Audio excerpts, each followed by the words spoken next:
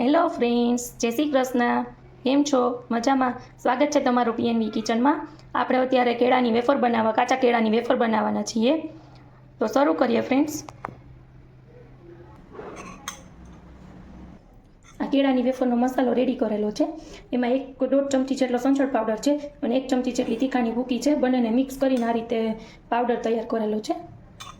હવે આપણે પહેલાં કેળાને સરસ રીતે ધોઈ અને સાફ કરેલા છે. ધોઈ અને આછા કપડાથી સાફ લૂછી લીધા હતા. હવે આપણે એની છાલ ઉતારશું. આ રીતે આપણે એની છાલ ઉતારવાની છે. જોઈ શકો છો તમે. પીલરની મદદથી આનો ગ્રીન ભાગ છે એ કાઢી નાખવાનો છે.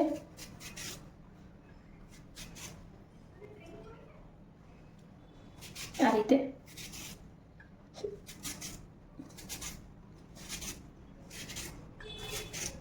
ફ્રેન્ડ્સ, આપણે એક બાઉલમાં પાણી લીધું હતું.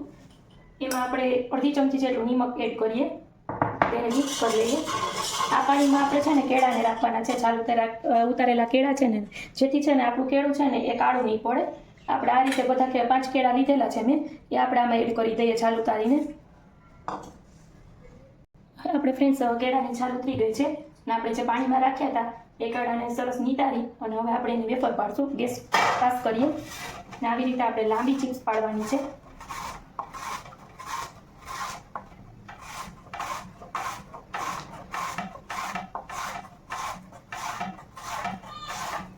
આપણે આ રીતે એક વેફર છૂટી પાડી રાખવાની છે. આપણે પાડેલી હતી ને પ્લેટમાં એ એક છૂટી નાખશું.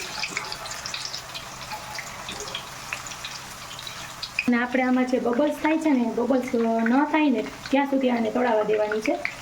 આ એનો પાણીનો ભાગ છે, મોઇસ્ચર છે જે કેળાની વેફરનું, એ બળી ન જાય ત્યાં સુધી એને ચડવા દેવાની છે. ફ્રાય કરવાની છે આપણે તેને ત્યાં સુધી. પાણીનો ભાગ જ્યાં સુધી બળી ન જાય ત્યાં સુધી આપણે કેળાની વેફરને ફ્રાય કરશું. આ બબલ્સ છે ને એ ઓછાથી થશે. જોઈએ આપણે, બતાવું તમને હમણાં. અને આપણે ફાસ્ટ ફ્લેમ ઉપર જ તળવાની છે. ફૂલ ગેસ જ તળવાની છે.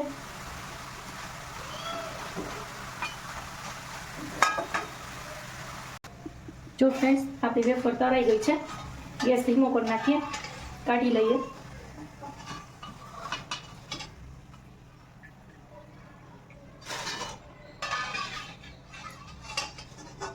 ફ્રેન્ડ્સ, આ ઘરે બનાવીએ ને તો ખૂબ જ ઓછા ખર્ચમાં આપણને કેળાની વેફર રેડી થાય છે.